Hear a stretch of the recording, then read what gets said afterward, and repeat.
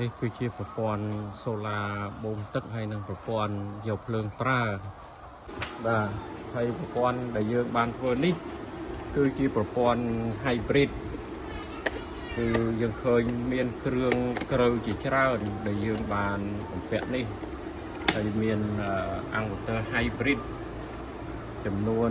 3.5 kW ហើយយើងមានប្រព័ន្ធភ្លើងមានពីinverter មានការភ្លើងផ្ទះហើយការភ្លើងផ្ទះដល់ DC AC មានសង្កេតភ្លើងចូលភ្លើងចេញមាន ATS ហើយនឹងមានប្រអប់ភ្លើងបំបែកបាទច្រើនហើយនឹងមានឧបករណ៍ inverter VFD សម្រាប់បូមទឹកប្រើសូឡានឹងប្រើភ្លើងបូមម៉ូទ័រហើយយើងបានធ្វើដុំនេះដាក់ខ្ពស់នៅក្នុងករណីចាំបាច់ដែលប្រើភ្លើងរត់សត់បាទនៅក្នុងករណីចាំបាច់ដើម្បីកុំឲ្យដំណើរការនៃការប្រើប្រាស់អាខានបាទជាងប្រព័ន្ធដែលយើងបានរៀបចំនេះគឺយើងប្រើភ្លើងសូឡាជាអាទិភាពទី1ហើយបន្ទាប់មកទៀតយើងប្រើអាគុយនេះភ្លើងអាគុយនេះមួយគ្រាប់150 អាំពែបាទ2គ្រាប់ហើយអាគុយនេះជាអាគុយលីធ្យូមបាទអាគុយកាបូនបាទកាបូនបេតេរីលីធ្យូមបាទ2គ្រាប់វារៀងតូចប៉ុន្តែកម្លាំងវាខ្លាំងពីប្រភេទអាគុយដែលមានគុណភាពនេះគឺខាងបងចាស់ផ្ទះនេះគាត់មានប្រើប្រព័ន្ធចាស់មកគាត់ហើយអាគុយនៅអាចប្រើបានអញ្ចឹងក៏ប្រើអាគុយនឹងបងសំទៅបាទហើយប្រព័ន្ធរបស់យើងនេះគឺយើងបានសេតរៀបចំឲ្យភ្លើងសូឡាគឺជាអាទិភាពនៅក្នុងការប្រើប្រាស់ហើយបើសិនជាសូឡានឹងវាសល់អញ្ចឹងវាទៅសាកអាគុយ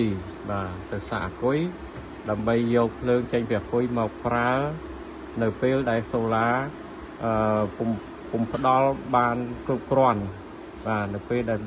សូឡាពុំផ្ដល់បានគ្រប់គ្រាន់អញ្ចឹងយកចេញពីអាគុយទៅប្រើហើយចំណែកឯមួយទៀតគឺថាបើសិនជាភ្លើងសូឡាអស់ភ្លើងអាគុយក៏អស់ប្រព័ន្ធនេះក៏នៅតែដំណើរការដោយភ្ជាប់ជាមួយនឹងប្រព័ន្ធភ្លើងរត់បាទភ្លើង220ហើយក្នុងករណីប្រព័ន្ធនេះរអាក់រអួលអាហ្នឹងយើងអាចមានប្រព័ន្ធដែលយើងអាចធ្វើទុកងាយស្រួលបំផុតសម្រាប់អ្នកដែលគាត់ប្រើគឺគាត់អាចប្រើភ្លើងរត់ដោយផ្ទាល់បានបាទអញ្ចឹងប្រព័ន្ធដែលយើងបានរៀបនេះគឺជាប្រព័ន្ធដែលរៀបចំមានភាពងាយស្រួលសម្រាប់ការប្រើប្រាស់បាទអញ្ចឹងបើសិនជាបងប្អូនមានចំណល់តាក់ទងទៅនឹងប្រព័ន្ធសូឡាយកភ្លើងប្រើប្រាស់ហើយនឹងប្រព័ន្ធសូឡាបំទឹកសូមតាក់ទងបាទសូមតាក់ទងមកកាន់យើងខ្ញុំដើម្បីប្រឹក្សាយោបល់ដោយឥតគិតថ្លៃទោះដាក់មិនដាក់ក៏មិនអីដែរបាទអញ្ចឹងមានតែប៉ុណ្្នឹងទេហើយចង់បញ្ជាក់ថាឥឡូវនេះគឺម៉ោងល្ងាចទៅហើយអញ្ចឹងប្រើប្រាស់នេះយើងឃើញថាយកពីសូឡាហើយនឹងពីអាគុយបាទអាគុយនេះក៏បានចូលពេញដែរអញ្ចឹងគឺយើងអាចប្រើប្រាស់ចំណេញច្រើនដោយភ្លើងរត់មិនសូវជាបានប្រើប្រាស់ទេបាទហើយម្យ៉ាងទៀតនៅលើដបូលបាទនៅលើដបូលដែលមានដាក់ក្បាលសាច់នៅខាងលើនោះក៏មិនប្រើជាប់ជាប្រចាំដែរអញ្ចឹងយើងអាចសល់ពេលដែលអាចឲ្យប្រព័ន្ធសូឡា